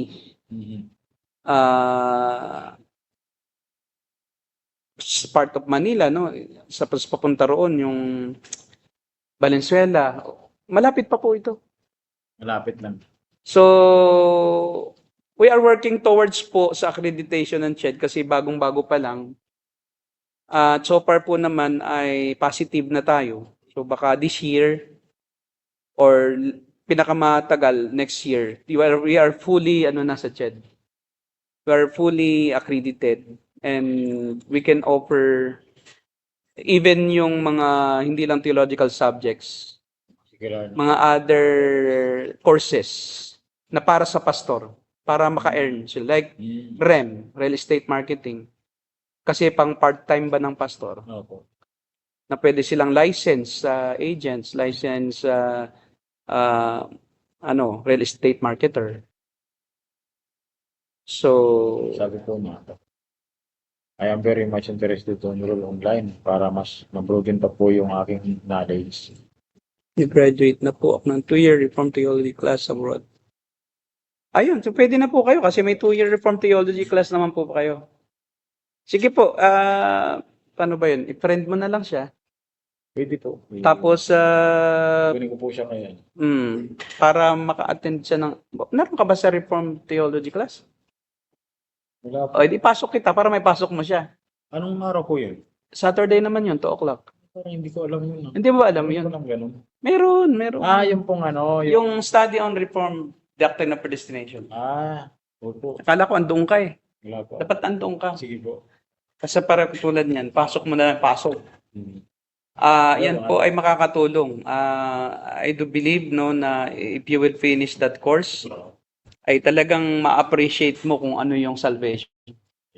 Yes. Kung ano ang salvation. At sa ibang panahon siguro, we can invite may mga taga-follower tayo na gusto nila ring nasa kasama namin. Oo. We can schedule, no? Na 3 tayo. Pwede ba yun online? May 3 na Pwede. magtatanong, ganun. Sa Yung stream isa ay niyo po, tagabasa. Sige po, we will work towards that goal na tayo po ay makapag ng mas marami pang mga kapwa Kristiyano na naghahangad na lumalim pa sa kanila pong katuruan, sa kanilang pananampalataya. Sasali din daw si Chris. add na lang po kita. Sige po. I-add nyo lang yung gustong sumali para si Kuya Jay gusto rin, no? Opo. Gusto na rin. So, yun po. Pwede naman. Kaya lang po ay not for the faint-hearted, Opo. Dito po sa Narrow Gate, medyo tayo, babantay pa. Pero doon po, yan, ang tawag dyan ay no holds barred. No holds barred po yun. Kaya hindi pwede. Okay.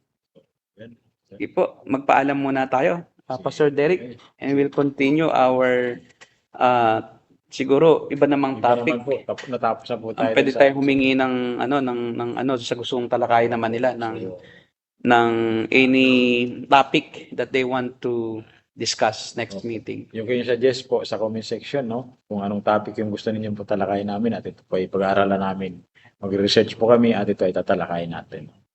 So, Ito. Pastor, Sige po, tayo paalam at kami po ang The Narrow Gate and and we are the Cult Busters. God bless you all.